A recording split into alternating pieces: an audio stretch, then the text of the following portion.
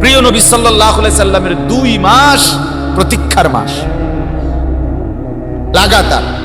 আমি নিজে কিতাবে পড়ছি, আকাবির কা রমাদান কিতাবে আছে, ফাজাইলে আমালের ভিতরে দাওয়াত ও তাবলীগের সাথীরা যেই কিতাব পড়ে, শেখুল হাদিস হযরত মাওলানা জাকারিয়া রাহমাতুল্লাহ আলাইহির লিখিত কিতাব ফাজাইলে আমালের মধ্যেও ফাজাইলে রমজান এই অংশের আলোচনার মধ্যে আছে।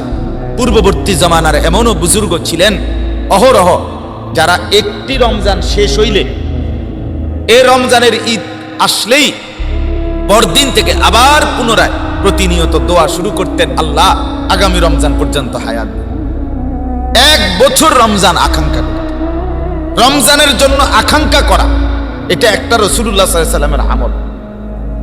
রমজানকে চাইতে হয়, রমজানের আকাঙ্ক্ষা করতে হয়, রমজানের আকাঙ্ক্ষা করতে হয়, এটা গুরুত্বপূর্ণ।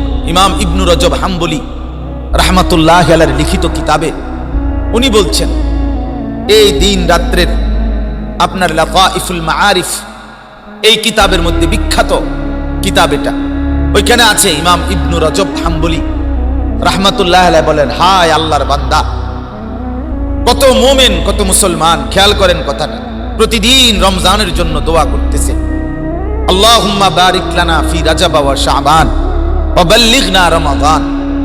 তিনি বলেন যে এই দোয়া যে আল্লাহ রমজান পর্যন্ত পৌঁছায় দেন, পৌঁছায় দেন। এ কথা বলতে বলতেই প্রতিদিন কত মানুষ কবরে চলে যাইতেছে। আজকে কি কেউ মরে নাই পৃথিবীতে? কথা বলেন না। আজকে কি কোনো মুসলমান মারা যায় না? আগামীকাল কি কোনো মুসলমান মারা যাবে না? তারপর দিন যাবে। এই মানুষগুলোও তো আল্লাহর কাছে চাইতেছিল যে আল্লাহ রমজান পর্যন্ত পৌঁছায় দেন, রমজান পর্যন্ত। আমিও চাচ্ছি, আপনিও চাচ্ছেন, কিন্তু এইভাবে প্রতীক্ষা করতে করতে কতজন কবরে চলে যাচ্ছে, পাইল না। এরপরে যদি আল্লাহ আমাদেরকে হায়াত দেয়, দয়া করে দেয়, তাহলে কত আকাঙ্ক্ষার ধন আমার, কত অপেক্ষার আমার আকাঙ্ক্ষিত বস্তু এই মাহে রমজান, সেটাকে যদি আমরা কদর না করি, যথাযথ মূল্যায়ন না করি, তার চাইতে বড় আফসোস আর কিছু হইতে পারে, আর কিছু হইতে পারে। এই জন্য আপনারা শুনছেন বাপ ওলামায়ে কেরাম, আপনাদের মসজিদের ইমাম সাহেবরা প্রতিনিয়ত এটা বলে যে রাসূলুল্লাহ সাল্লাল্লাহু আলাইহি সাল্লাম বলছেন, নবী সাল্লাল্লাহু আলাইহি সাল্লাম রমজানের শেষ দিকে আইসা জিবরাইল নবীকে শুনাইছেন, ইয়া রাসূলুল্লাহ সাল্লাল্লাহু আলাইহি ওয়াসাল্লাম, রমজানের মতো এত বড় একটা মাস পেল যে ব্যক্তি, অথচ নিজের গুনাহ মাফ করাইতে পারলো না, নিজেকে আখিরাতের জন্য প্রস্তুত করলো না, জাহান্নাম থেকে বাঁচার চেষ্টা করলো না, জান্নাত লাভের চেষ্টা করলো না। আল্লাহ রসুলকে জিবরাইল আইসা রমজানের লাস্টে আইসা নবীকে বলছেন, ইয়া রাসূলুল্লাহ, তার উপরে আল্লাহর লানত, তার উপরে আমি জিবরাইলেরও লানত। নবীজি বললেন আমিন, তার মানে আমি মুহাম্মদেরও লানত। অনেক মানুষের অনেক অগাধ জ্ঞান আছে, বিশ্লেষণধর্মী, তথ্য নির্ভর অনেক কিছু জানে। জেনারেল শিক্ষিতদের মধ্যেও এমন অনেক আছে, ইসলাম ধর্ম সম্পর্কে গবেষণামূলক অনেক কিছু পারে, জানে। আবার অনেক এরকমও আছে যে অনেক চমৎকার লেখনী, উপস্থাপনা, বাচনভঙ্গি সবই ঠিক আছে, সবই জ্ঞান গর্ভ, কিন্তু জিন্দিগির মধ্যে ঈমান আমলের কোনো সুরত নেই। চেহারায়, সুরতে, চলনে বলনে ঈমান আমলের কোনো নমুনা নেই। তাহলে এতে লাভ হলো কি? কার জন্যই পড়লেন আর কারেই বা শুনাইলেন? নিজের জন্য বলবেন কখন, আর নিজের পরিবর্তন হবে কখন? এই জন্য পরিবর্তন, জিন্দিগি বদলানো, এটা হলো মূলটা। আমরা প্রতিদিন বলি এই ওয়াজ, নসিহত, বয়ান, মাহফিল, জুমার নামাজের বয়ান, সবটার মাকসাদ এটা, আমার আপনার জিন্দিগি বদলান। জীবন যদি এক জায়গায় স্থির হয়েই থাকে, যে যেভাবে আছি, তাহলে তার এটা শুনে লাভ হইল। মোমেন ইমানদার প্রতিনিয়ত ঈমান আমলের দিকে জান্নাতের দিকে এগিয়ে যায়। এটাই মুমিনের সিফাত, মুসলমানের বৈশিষ্ট্য। মুসলমান মানেই সে যে আখিরাতের দিকে প্রতিনিয়ত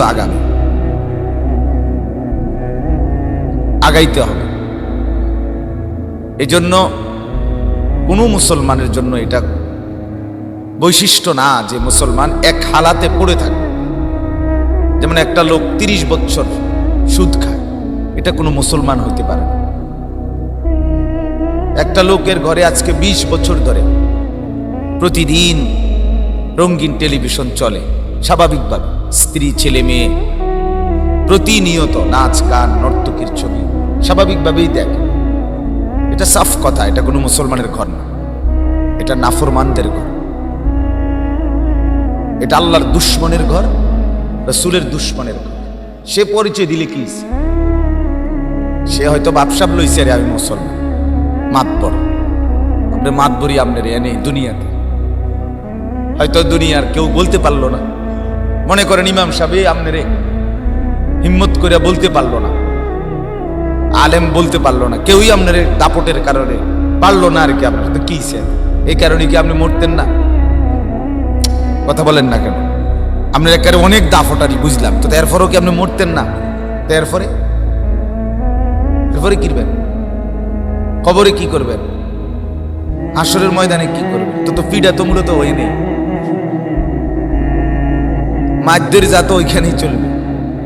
এই জন্য কোনোভাবেই কোনো মুমিন মুসলমান গুনাহের উপরে এক অবস্থায় থাকতে পারে না, এটারে মুসলমান বলে। একজন লোক, আমি প্রত্যেক দিনের কথাটা বলি, গুনাহ আমারও আছে, গুনাহ আপনারও আছে, কিন্তু গুনার উপরে জমে থাকা, গুনাহটাকে নিজের জীবনের একটা স্বাভাবিক বৈশিষ্ট্য বানিয়ে ফেলা, এটা মুসলমান হতে পারে। বুঝছেন কি? একজন লোক প্রত্যেক দিন মিথ্যা কথা বলতে পারে না। একজন লোক প্রতিনিয়ত ওজনে কম দিতে পারে না, সে যদি মুসলমান।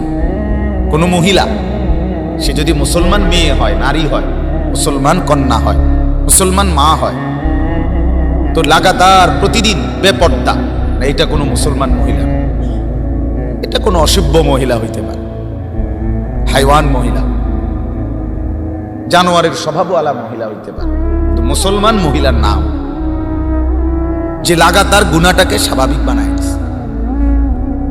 একজন যুবক প্রতিদিন পুরা বছরের 365 দিন কোনো সময় ফজরের নামাজ পড়ে না, এই অপদার্থ মুসলমান যুবক।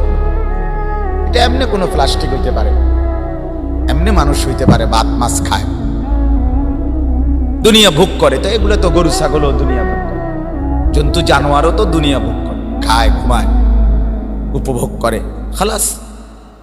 এতটুকু কোনো অবাক কিছু না।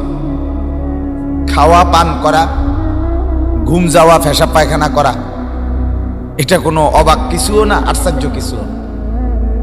যৌন চাহিদা পূরণ করা, এটাও কোনো অবাক কিছু না। কুকুর বিড়ালেরও যৌন চাহিদা পূরণ হয়, কুকুরেরও বাচ্চা আছে, বিড়ালেরও বাচ্চা আছে, খালাস। তাইলে অতএব এটা বোঝার বিষয়। মুসলমান কাকে বলে? যে প্রতিনিয়ত গুনাহ ছাড়ে, প্রতিনিয়ত ইবাদতের দিকে এগিয়ে যায়, আখিরাতের পথে যে আগায়, তাকে মুসলমান। ফাসতাবিকুল খায়রাত, আল্লাহ তাআলা বলেন কল্যাণের জন্য, নেকের জন্য নিজেদের মধ্যে প্রতিযোগিতা করো। প্রতিযোগিতা করো মানে, প্রতিযোগিতা মানেই এগিয়ে যাওয়ার চেষ্টা। কি বলে? প্রতিযোগিতা তো এটারই বলে, অন্যকে ডিঙ্গাইয়া আমি সামনে যাব, আগায় যাব, তাকেই বলে প্রতিযোগিতা। ওয়াফি যালিকা ফালিয়াতানাফাসিল মুতানাফিসুন। আল্লাহ তাআলা কোরআনুল কারীমের মধ্যে ইরশাদ করেন, জান্নাতের নিয়ামত অর্জনের জন্য তোমরা নিজেদের মধ্যে প্রতিযোগিতা করা উচিত, এগিয়ে যাওয়ার চেষ্টা করা উচিত। এটা আল্লাহ তাআলা কোরআনে বলছেন। কোরআনুল কারীমে আল্লাহ তাআলা বলছেন, ওয়াসারিউ ইলা মাগফিরাতিম মির রাব্বিকুম। তোমাদের রব আল্লাহ তোমাদের জন্য মাগফিরাত নিয়ে অপেক্ষা করছেন। তোমরা দৌড়িয়ে ছুটে দ্রুত গতিতে মাগফিরাত নেওয়ার জন্য ছুটে আসো। মোমেন মাগফিরাতের দিকে দৌড়াবে। মোমেনের পরিচয়, সে মাগফিরাত আল্লাহর ক্ষমা নেওয়ার জন্য দৌড় ছুটে। হাদিসের মধ্যে আছে, যখন রমজানের চাঁদ ওঠে তখন একজন ফেরেশতা ডাকতে থাকে, ইয়া বাকিয়াল খাইর আকবিল, হে নেক কাজের আগ্রহীরা, আকবিল, আগায় আসো, এগিয়ে আসো। ইয়া বাকিয়াশ শাররি আকসির, হে মন্দ কাজের আগ্রহীরা, এবার তো থামো, থেমে যাও। এটা রমজান। আর আগায়, সুদখোর আর আগায়, ঘুষখোর আর আগায়, জিনাকার ব্যভিচারী যুবক, এবার তো থামো। নারীর নাচ, জিনা, ব্যভিচারের দৃশ্য দেখে দিবানিশি মোবাইলে জিন্দেগি যারা নষ্ট করছো, এবার তো থামো, এটা রমজান। বেপর্দা মা, এবার তো থামো, বাজারে আর যাও, মার্কেটে আর যাও, এই মাসটা কমপক্ষে ছাড় দাও। 11টা মাস তো মার্কেটে মার্কেটে ঘুরলা, একটা মাস ছেড়ে দাও। অসভ্য মহিলা আল্লাহকে বৃদ্ধাঙ্গুলি দেখায়া আর অহংকার করে গত 11 মাসে যতবার না গেছে, রমজানে তার চাইতে বেশি বার। এটা হলো তার চ্যালেঞ্জ, আল্লাহকে সে বৃদ্ধাঙ্গুলি দেখা। আল্লাহকে সে কোনো পরোয়া করে না। আল্লাহ বললেন থামো, এটা রমজান। আর বেহায়া নির্লজ্জা মহিলা শুধু একদিনের ঈদের কাপড় কিনবার জন্য, ঈদের দিনের কাপড় চোপড়, শাড়ি, গহনা, অলংকার, জুতা, জামা, এইটুকু কিনবার জন্য পুরা একটা রমজান একদম সাফ কোরবানি করে দেয়, জবাই করে দেয়। আল্লাহকে বৃদ্ধাঙ্গুলি দেখা যে তুমি বলছো এই মাসটা রহমত নিতে, আমি নেব না, আমার দরকার জুতা, আমি রহমত দিয়া করব কি? তুমি বলছো মাগফিরাত দরকার, মাগফিরাত নাও বান্দা। নাফরমান নারী বলে লাগবে না আমার, আমার দরকার জামা, শাড়ি, গহনা, আমি মাগফিরাত দিয়া কি করব? আল্লাহ বলছে নাজাত নাও, সে বলে না আমার লাগবে না, আমার শাড়ি গহনা হলেই চলবে, আমার 3 পিস দরকার। এই জন্য এত বড় মহিমান্বিত মাসে সে আল্লাহ তাআলার আদেশকে, রাসূলুল্লাহ সাল্লাল্লাহু আলাইহি সাল্লামের আহ্বানকে চূড়ান্তভাবে প্রত্যাখ্যান করে বাজারে বাজারে, মার্কেটে মার্কেট। আপনি বলবেন, বলবো কার রোজা কি না রাখছি?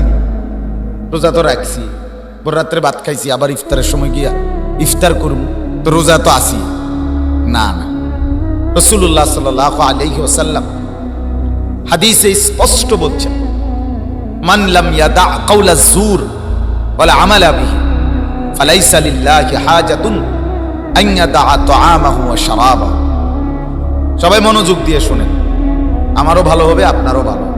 আল্লাহর কথা বারবার সবাই বলবে, মাহে রমজান বারবারই শোনেন, এক কথাই শোনেন, একই কথা বারবার শোনেন, তাইলে কলিজায় বসবে। পাথরের উপরেও বৃষ্টির পানি টিনের চাল থেকে অনবরত যদি পড়তে থাকে, একদিন শক্ত পাথরও ছিদ্র হয়ে যায়, ফাইটা কিছুটা হলেও গর্ত হয়ে যায়। এজন্য আল্লাহর কথাও পাথর দিল মানুষ বারংবার যখন শুনতে থাকে, একদিন তার জিন্দেগির মধ্যে কিছুটা হলেও নড়ে চড়ে ওঠে, পরিবর্তন। তো আল্লাহর নবী সাল্লাল্লাহু আলাইহি ওয়াসাল্লাম ইরশাদ করেন,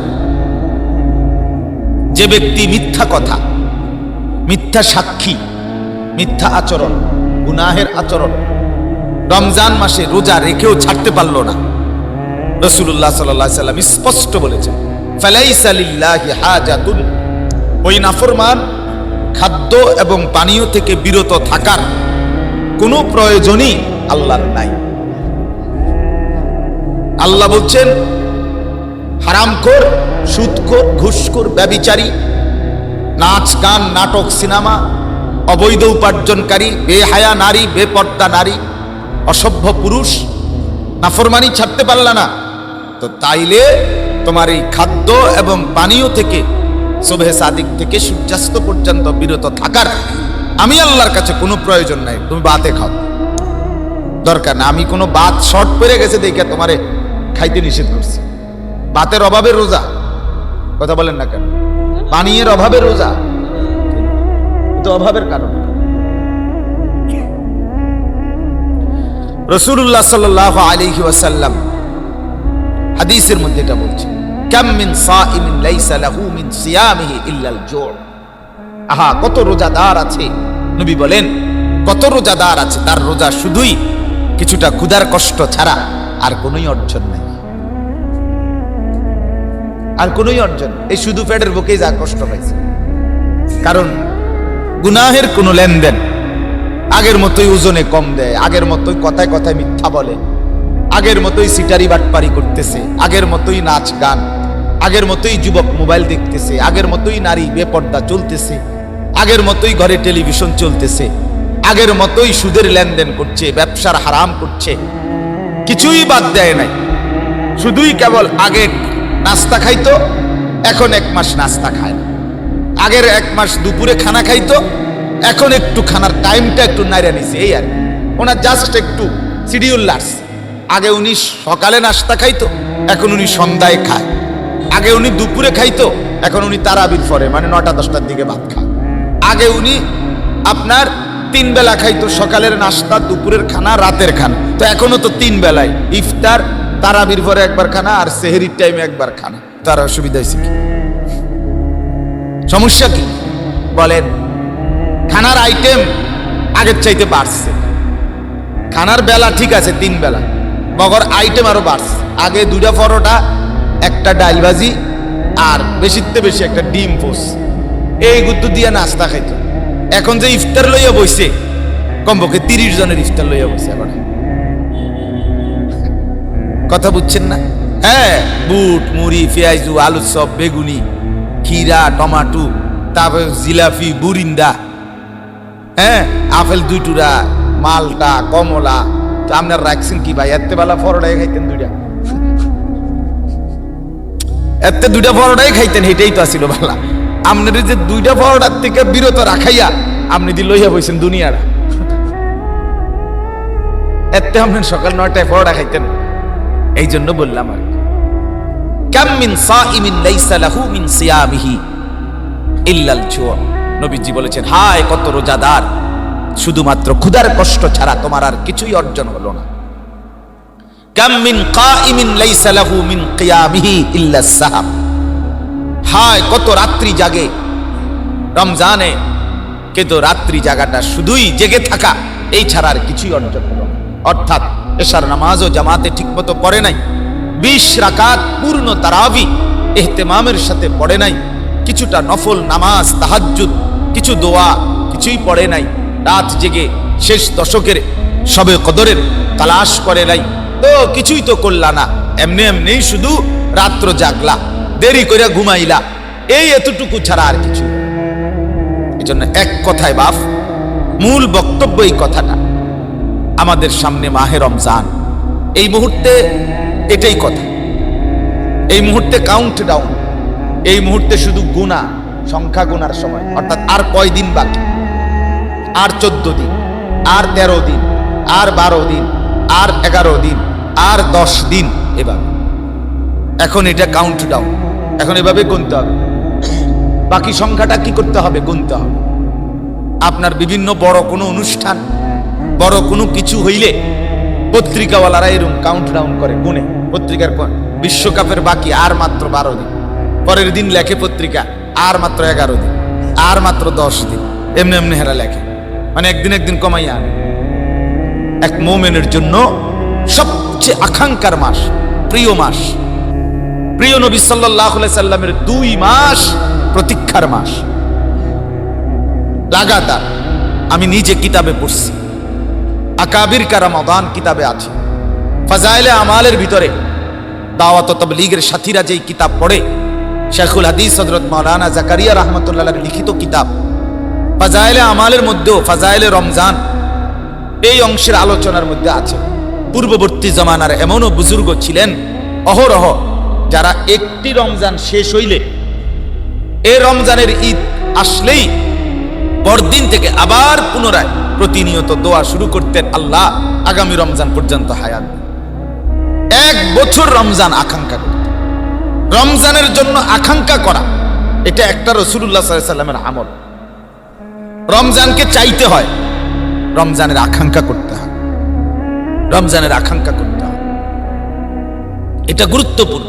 ইমাম ইবনু রজব হাম্বলি রাহমাতুল্লাহি আলাইহির লিখিত কিতাবে উনি বলছেন, এই দিন রাত্রের আপনার লাতাইফুল মাআরিফ এই কিতাবের মধ্যে বিখ্যাত কিতাব এটা, ওইখানে আছে ইমাম ইবনু রজব হাম্বলি রাহমাতুল্লাহি আলাইহি বলেন, হায় আল্লাহর বান্দা, কত মুমিন, কত মুসলমান, খেয়াল করেন কথাটা, প্রতিদিন রমজানের জন্য দোয়া করতেছে, আল্লাহুম্মা বারিক লানা ফি রাজাব ওয়া শাবান ওয়া বাল্লিগনা রমাদান। তিনি বলেন যে এই দোয়া যে আল্লাহ রমজান পর্যন্ত পৌঁছায় দেন, পৌঁছায় দেন। এ কথা বলতে বলতেই প্রতিদিন কত মানুষ কবরে চলে যেতেছে। আজকে কি কেউ মরে নাই পৃথিবীতে? কথা বলেন না। আজকে কি কোনো মুসলমান মারা যায় না? আগামীকাল কি কোনো মুসলমান মারা যাবে না? তারপর দিন যাবে। তো এই মানুষগুলোও তো আল্লাহর কাছে চাইতেছিল যে আল্লাহ রমজান পর্যন্ত পৌঁছায় দেন, রমজান পর্যন্ত। আমিও চাচ্ছি, আপনিও চাচ্ছেন, কিন্তু এইভাবে প্রতীক্ষা করতে করতে কতজন কবরে চলে যাচ্ছে, পাইল না।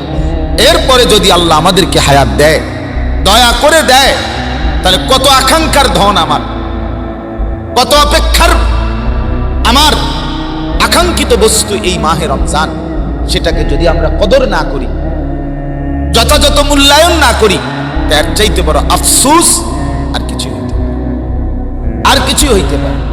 এই জন্য আপনারা শুনছেন বাপ, ওলামায়ে কেরাম, আপনাদের মসজিদের ইমাম সাহেবরা প্রতিনিয়ত এটা বলে যে রাসূলুল্লাহ সাল্লাল্লাহু আলাইহি সাল্লাম বলছেন, নবী সাল্লাল্লাহু আলাইহি সাল্লাম রমজানের শেষ দিকে আইসা জিবরাইল নবীকে আইসা শুনাইছেন, ইয়া রাসূলুল্লাহ সাল্লাল্লাহু আলাইহি ওয়াসাল্লাম, রমজানের মতো এত বড় একটা মাস পেল যে ব্যক্তি, অথচ নিজের গুনাহ মাফ করাইতে পারলো না, নিজেকে আখিরাতের জন্য প্রস্তুত করলো না, জাহান্নাম থেকে বাঁচার চেষ্টা করলো না, জান্নাত লাভের চেষ্টা করলো না।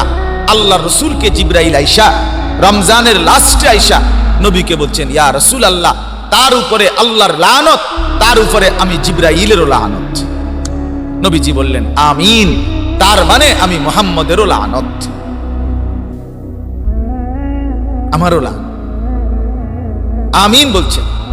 রাসূলুল্লাহ সাল্লাল্লাহু আলাইহি ওয়াসাল্লাম অভিশাপ দিতেন না, নবী সাল্লাল্লাহু আলাইহি সাল্লাম রাগ করতেন না, নবী সাল্লাল্লাহু আলাইহি সাল্লাম উত্তেজিত হতেন না। কিন্তু এখানে আয়েশা নবী সাল্লাল্লাহু আলাইহি সাল্লামও নিজের রাগ দেখাইলেন, তিনি তো আমিন বললেন। তার মানে নবীজি কষ্ট পাইলেন যে হায় উম্মত, আর কিভাবে বললে আমি, আর কতগুলো হাদিস বললে, আর কতবার বললে উম্মত তুমি রমজানকে কদর করতে, আর কেমনে বললে, আমি আর কিভাবে বলতাম, আমি আর কিভাবে বলতাম। কোরআনুল কারীমের মধ্যে আছে, আল্লাহ তাআলা পর্যন্ত বলছেন, কোরআনের একটা আয়াত আছে, ফাবিআইয়ি হাদিসিম বাদাহু ইউমিনুন। আল্লাহ পাক বলতেছেন, বান্দা, এই বান্দা, এরপরে আর কি কথা বললে, আর কোন কথা আমি আল্লাহ বললে ঈমান আনতা, বলো না, আর কেমনে বললে আমার কথা মানতা। আমি আল্লাহ জান্নাতের কথা কতবার বললে কোরআনে, এতবার বললাম, তবুও বিষয়টা পাত্তা দিলা না। আমি এতভাবে বললাম জাহান্নাম থেকে মুক্তির কথা, কথাটা পাত্তাই দিলা না। আরে কি শক্ত তুমি, তুমি এরকম নাফরমান হইলা কেমনে বান্দা? কথা বলে। আরে মুসলমানের বাচ্চা যে, যারে আল্লাহ তাআলা মুসলমান পরিচয় দিয়া বানাইছেন, সে এত পাষাণ হয় কেন? ইনসাফের কথা বলে। আরে তুমি তো ইহুদি না, তুমি খ্রিস্টান না, তুমি তো হিন্দু না, বৌদ্ধ না, নাস্তিক না, মুরতাদ না, তুমি কাফের না বেটা, তুমি মুসলমান। তুমি এক মায়ের পবিত্র দুধ খাইছো 2 বছর, তুমি এক বাবার হাতে বড় হইছ, একজন মুসলমান। জন্মসূত্রে পরিচয় যে মুসলমানের পেল, সেই ছেলেটা খোদার 365 দিনে কোনদিন ফজরের নামাজ পড়ে না। এই জানোয়ার এত বড় জানোয়ার হইল কেন? আর তার মা বাপ এটা কি সন্তান পালতেছে আমি তো বুঝি না।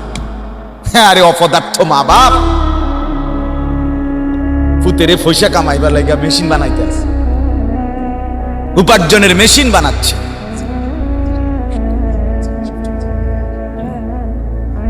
অতএব এটা জরুরি বিষয় আমাদের জন্য ইনসাফের বিষয়।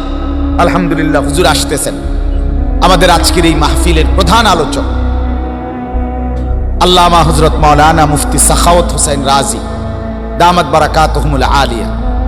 হযরত ইনশাআল্লাহ এক্ষুনি কথা বলবেন। আপনারা সবাই মেহেরবানি করে বাইরে যারা আছেন, দয়া করে হযরতের জবান নিঃসৃত কথা শুনবার জন্য সবাইকে অনুরোধ করছি। অনেক কষ্ট করেই একটা মাহফিল মিলানো হয়, অনেক কষ্ট করেই হযরত এসেছেন।